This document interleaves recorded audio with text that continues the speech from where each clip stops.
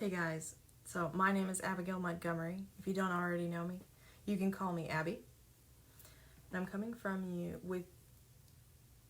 to you from the Sixth Strength discussion or my business page, one or the other. Either one is great, either one is fine. And yesterday I talked a bit on the sixth sense and what it was, and today I really wanted to talk about why it's so important because it really is life-changing. It's a game changer, really. So, the sixth sense, essentially, we touched on how it bridges your past, what it means for your present, and how it can impact your future.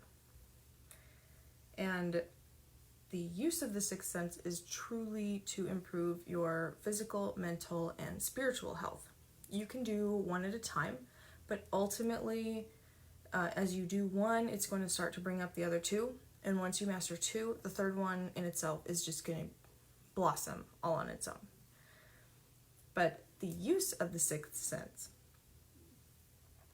if you've heard of fate, or you believe in fate or destiny or happy accidents, that's truly what the sixth sense is. And as you start to heighten your sixth sense, they become more than just things that you stumble upon, and instead become things that you can plan and things that you have a bit more control over.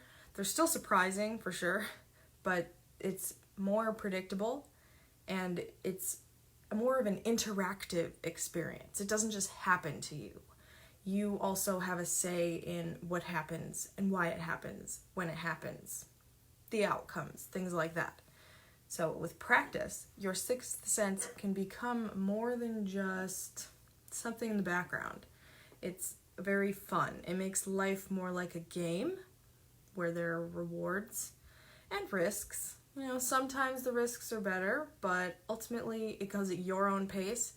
Life itself has a sense of humor that you yourself will understand better than anybody else. And it really opens up that conversation with our reality around us and what's going on inside of us. So it's a feedback. It's a back and forth instead of just one way. You have a say in how things happen both ways.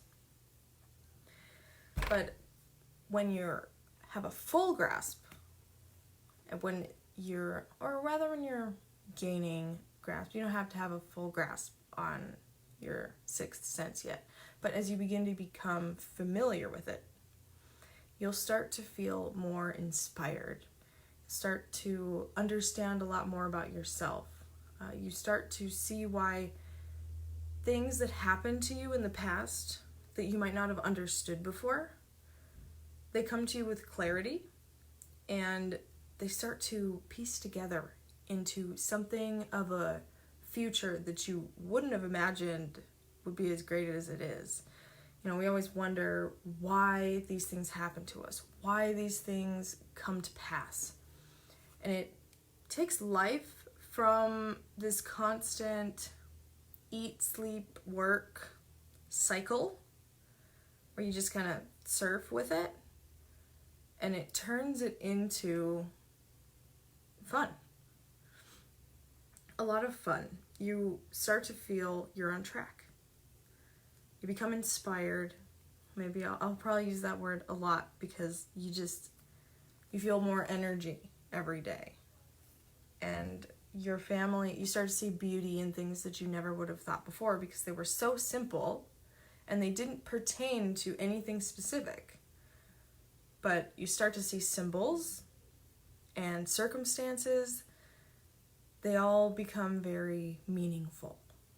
And that's something a lot of people, I feel, in our modern day, especially in the Western world, are losing, is that sense of beauty and curiosity. Everything is just kind of handed to us and we lose that childish nature. And as you become in tune with your sixth sense, you get that back. And it's more than just inside of you and outside of you. It becomes more gray. You are not just you anymore because you are also the things that happen to you and the people that you see and the things that you run into each day. It's like life is a living, breathing thing, and you are life, and you can influence how you yourself experience yourself happening to yourself.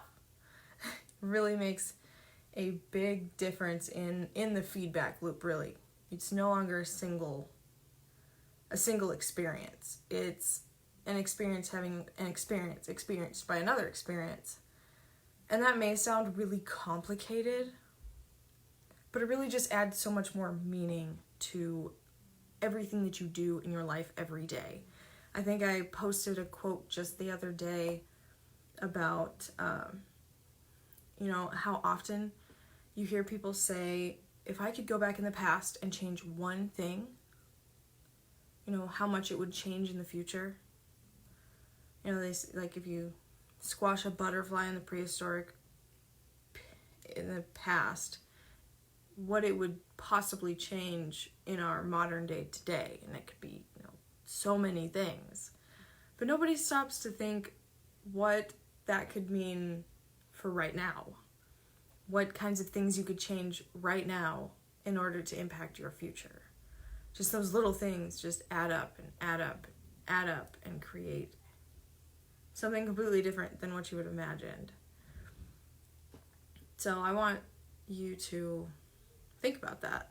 Think about what you aren't doing, what you can do, and what you want to do, where you want to be in life, what it'll take to really bring that life back to you, bring that feeling back into what you do. Not everybody has that inspirational job or fulfilling daily experience, but if you're one of those people, what will it take to help you get there? Or what is it that you want first off, so that you can start building steps to receive it? Because you also have to be open to receiving. If you're anything like myself, I'm not, if somebody was to walk up and hand you $1 million, a lot of us would deny it, as weird as that sounds. You think it'd be so easy to accept it, but at the same time, how often does somebody try to tip you $10 at work if you don't make tips typically, and you're like, no, that's okay. I don't need that. You're not in a state of receiving. And I'll talk about the state of receiving in the future. But the sixth sense in itself is a very beautiful thing. And I would love to talk about it more. I'm going to. I've been trying to keep my talks small because I have a tendency to become long-winded. I get pretty excited about some of these things, but we're just touching the tip of the iceberg. But if you stuck through the end, thank you so much for watching. There's going to be more tidbits of information coming in the future. I'm learning and growing with it. The whole live and video thing. I'm taking everything that I know and putting it online as opposed to doing it in person. So it's a little bit of a learning curve for me, but thank you for living, breathing, and forgiving me for all the silly mistakes. But you are here for a reason. Thank you for finding me and spending your time with me. Leave a comment down below so I know that you were here. And you have a good night. Happy full Friday the 13th moon.